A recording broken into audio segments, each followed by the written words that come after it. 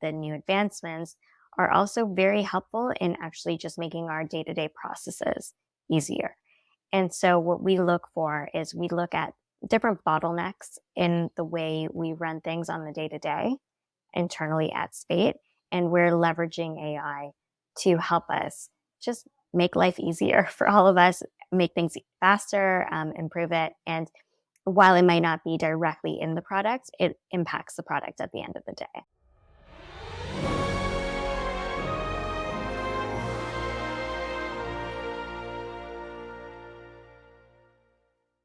So very excited to have Yarden here to dive into all about AI and skincare. Who knew? First, thank you so much for joining the show. Very excited to have you. First question, how did you find the intersection between skincare and AI? I guess to first start, how did you even start your career in skincare? What does that even mean? That's a great question. I actually started more on the AI side of things. And just to clarify, I'm not a data scientist, but I got into AI pretty early on without knowing it, really. But my co-founder and I are both ex-Googlers. So while we were at Google, we worked on some side projects. And so we started tapping into Google searches, understanding what people were searching for. And we started in the fashion category. And we were looking at millions of signals, search signals across the fashion category. And of course, when you're looking at big data like that, you need to leverage AI in order to analyze that much data. So for marketers, as they're noticing these trends, if they're learning about something now, are they too late? Because they have to actually prepare and actually launch something, and that takes months, not just like few days. Yeah, that is a great question and something that comes up all the time. But the beauty of data and the beauty of AI is that we can also classify trends and understand where they're at on the trend cycle. So the beauty of the beauty category is that the trends do have a bit more rhyme and reason to them than the fashion industry. That's why we find the beauty category to be so fascinating and so interesting with data.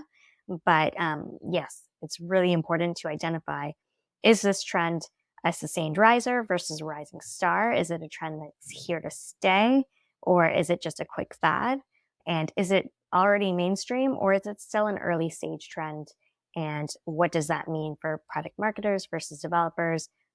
Developers have more time to develop on trends that are here to stay, whereas marketers, if it's a rising star and it's a trend that's a bit riskier, marketers can launch a quick video on it, a quick content piece on it to leverage a trend and to act on it before really investing in it. There's a lot of human context, societal context that I feel is just not like quantity database. So tell us a little bit more in that making, because I know we probably have listeners who are like, yeah, I want to know the secret of how do you know how to build the right AI solution? And as a co-founder, you really had to think this out. So curious if you can bring back to the memory lane as you were building it out, what solutions and decisions you had to make. Yeah. So rather than, of course, there are ways of training the AI on this is a trend that lasted versus this is a trend that didn't. It was also about understanding what are the different patterns that AI is spotting and letting AI take the lead a bit there. And so we used AI from the beginning in more of a cluster analysis type of approach, using AI to create or identify certain patterns across these billions of signals and divide up the trends or the data points into different trend cycles. As I mentioned before, we have rising stars, sustained risers. We have also seasonal risers. We have sustained decliners. We have seasonal decliners and falling stars. And so these are the different trends or different patterns that we're looking for. And AI is able to analyze billions of signals and cluster them and group them into those different groupings that we have classified.